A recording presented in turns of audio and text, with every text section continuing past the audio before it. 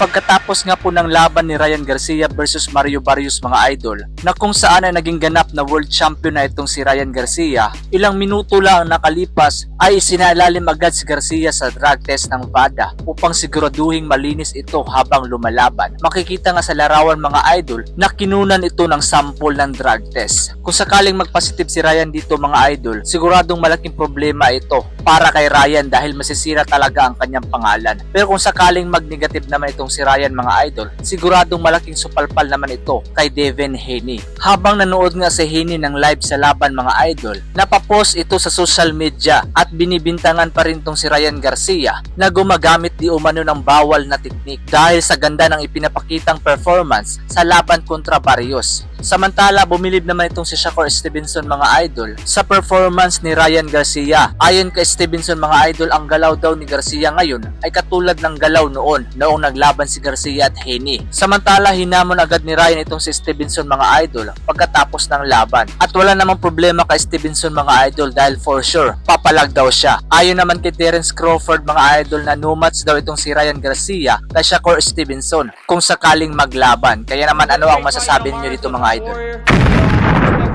Fellow Mexican American, and